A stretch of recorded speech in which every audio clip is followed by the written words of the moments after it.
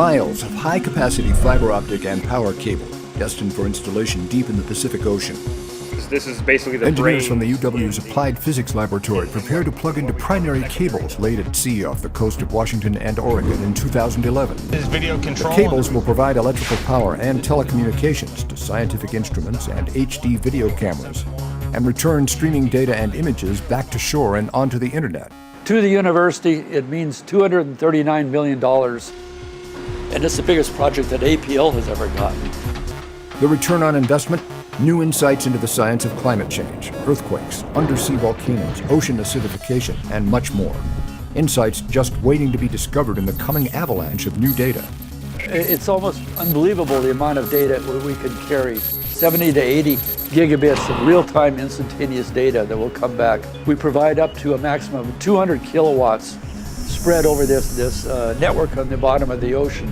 This network, when complete, will be the world's largest underwater observatory, the regional scale nodes component of the National Science Foundation's Ocean Observatories Initiative. At the other end of these cables, we're going to have robots, we're going to have sensors, we're going to have instruments, we're going to have entire laboratories set up where people could actually have live video or information from the seafloor.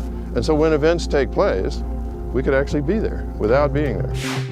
The Ocean Observatory will generate a continual flow of data from instruments, allowing real-time studies of the Juan de Fuca tectonic plate, home of black smokers and underwater volcanic activity. It's a Cadillac-type system. It has to be to survive this very rugged type environment. Because not only do you put things down on the bottom, but you're putting things right next to underwater volcanoes and black smokers. The normal temperature down there is about 0.5 degrees centigrade. If they put it right next to a black smoker, it can be up to over 300 degrees centigrade. The mass spectrometer, it's one of about 100 scientific instruments that are going to be connected to a cable. And this particular one was built for long-term seafloor deployments.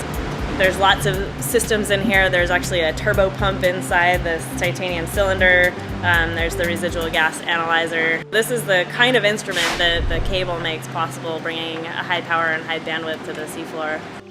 This is the main cables that go between everything. Without this, we don't have any network. We think we've done a great job in designing a reliable system.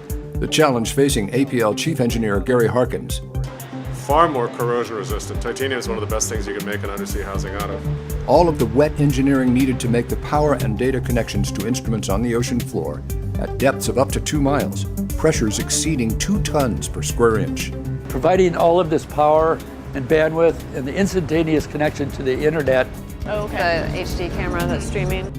Will provide a whole new scope for scientists to put their instruments down.